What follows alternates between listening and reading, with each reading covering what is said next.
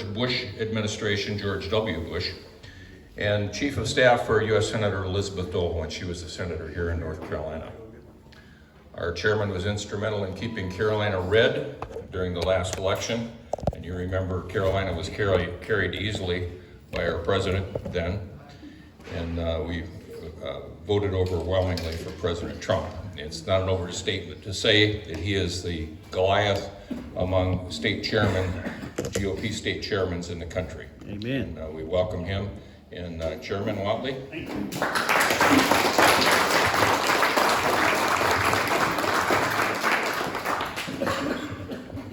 Thank you, David, and thank David for his leadership here in the county. I really appreciate having him as a chair for all the good work that he's been doing.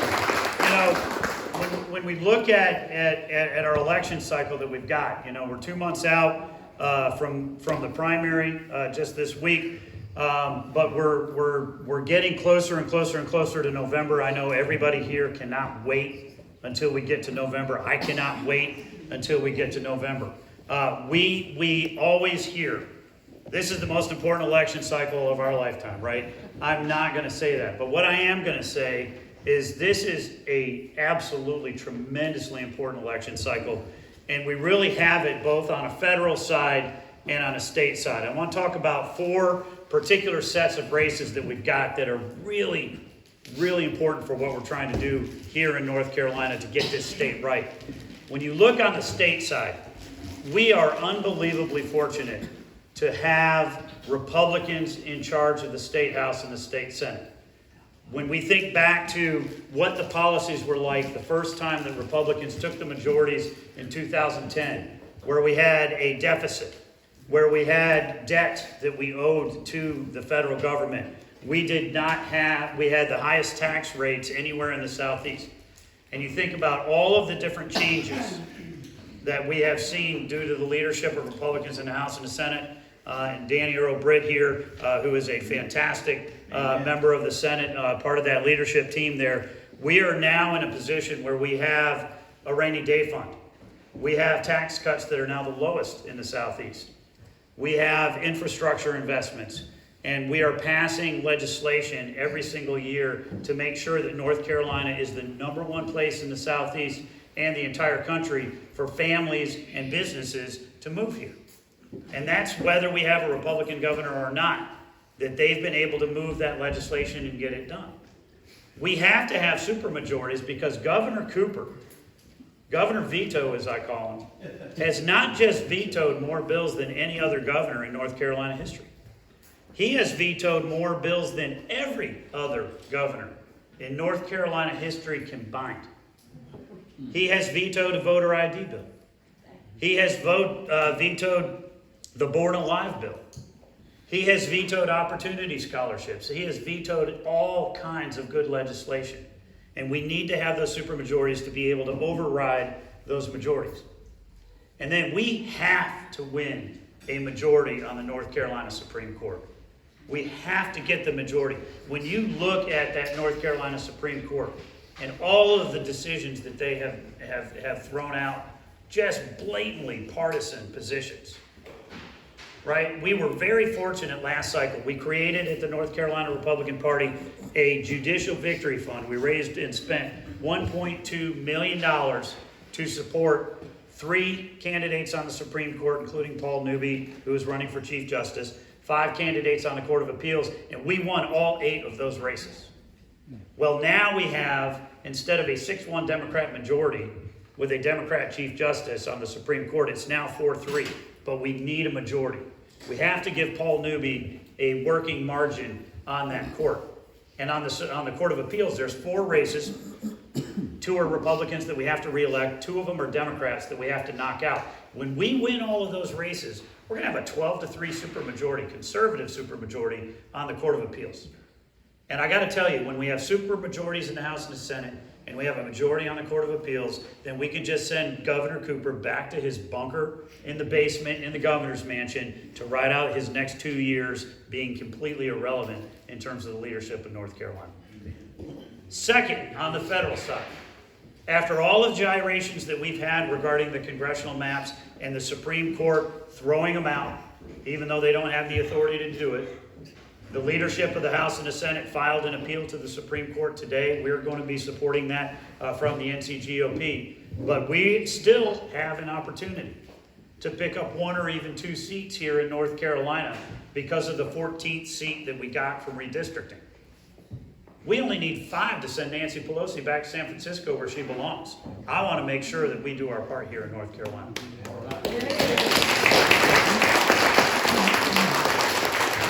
And then we have the Senate race.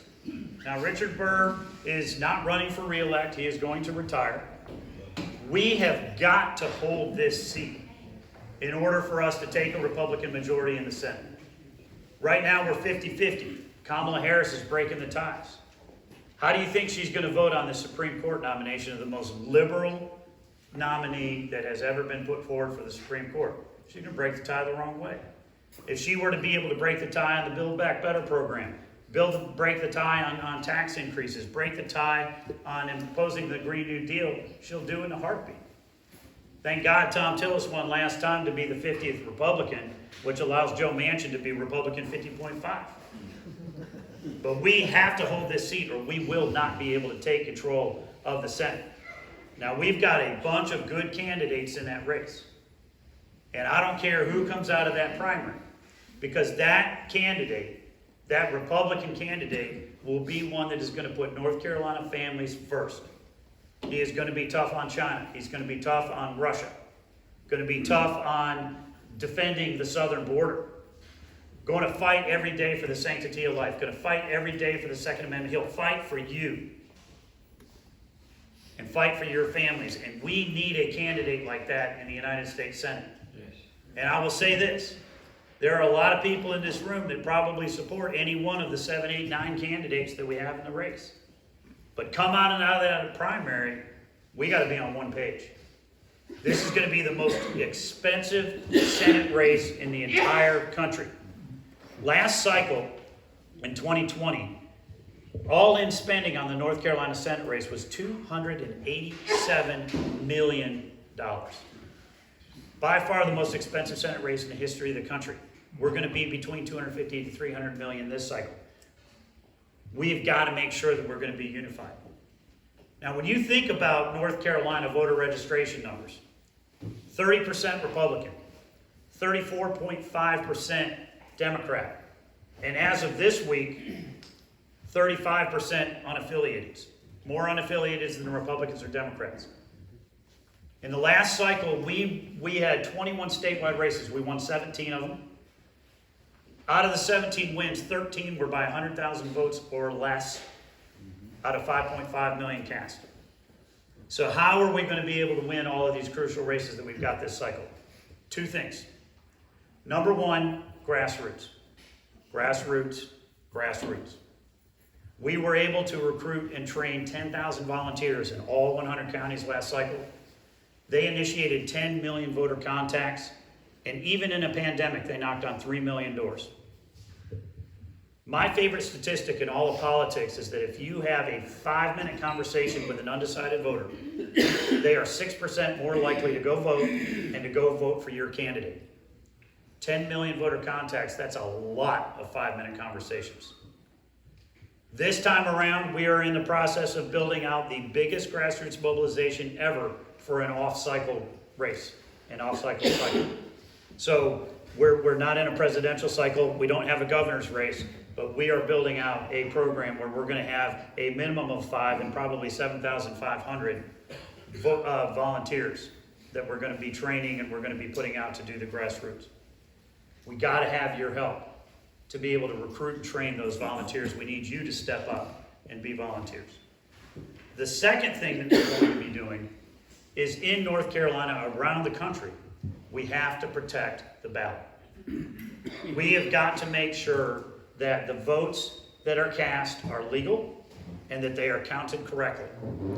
Last cycle, what we did is we built out an election integrity team. We recruited and trained 570 attorneys and 3,000 volunteers all across the state to make sure that we were there during early voting, on election day, and importantly, during the canvasses when they counted those voters. In fact, not one single vote was counted in North Carolina without us having Republican attorneys and observers in the room. That's why President Trump called me about 10 days after the election. He said, Michael, I love North Carolina. Love North Carolina. I went to bed that night and I had a small lead. I woke up the next morning and I had a small lead. And 10 days later, when you guys counted all the votes, I had a small win. Your numbers never changed. Why didn't they do that in Georgia, in Arizona, in Michigan, in Wisconsin, in Pennsylvania? That's a good conversation to have with the President of the United States, and he's very proud of the work that we did here. And I will tell you this, there's two key components to election integrity that you just have to have. 90% of election integrity comes down to having machines that do not and cannot connect with the internet, that have a paper ballot so that you can go back and do audits, and are made in the USA. And you have to have the Republican attorneys and observers in the room. If you think about Georgia and Atlanta, if you think about Milwaukee, you think about Detroit, you think about Philadelphia, the one common denominator in all those cities was they kept the Republicans out of the counting room. In Detroit, they put up those big white sheets where they blocked the windows. In Philadelphia, we actually had a federal court order to allow Republican observers in the room, and the sheriff said, I don't care, I'm not enforcing it, and threw it in the trash. We have to have our observers in the room as we're going forward with it. That's only 90% though. The other 10% is we need our state legislature passing good laws to protect the ballot, and they've done their work. Senator Britt, I appreciate your leadership on that issue because we have had good election laws that have been passed. Unfortunately, Governor Cooper vetoed it, and unfortunately the Board of Elections has tried every way they can to not follow the law. So we sued them last year, took them all the way up to the Supreme Court, and they have changed their rules. They finally put them back to where they're going to apply with the law, but I don't think for a second that they will do that they will not try and change the laws again, try and change their interpretation of the law. And we'll file another lawsuit, we'll take them right back up to the United States Supreme Court. So those are the things that we're going to be doing to protect the ballot here in North Carolina. Now I've got to say, I was very, very busy during the election cycle in 2020, but I did not knock on 3 million doors. Right? I've got the best staff of any Republican Party in the entire country.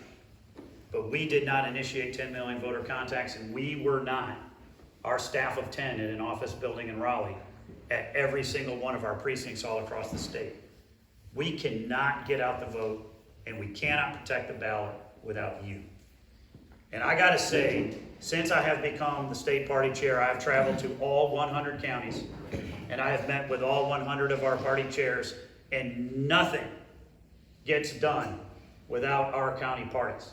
It is the single most important piece of the entire party apparatus that we have is our county parties. So I want to thank all of you for coming out here tonight and supporting the Hoke County Republican Party.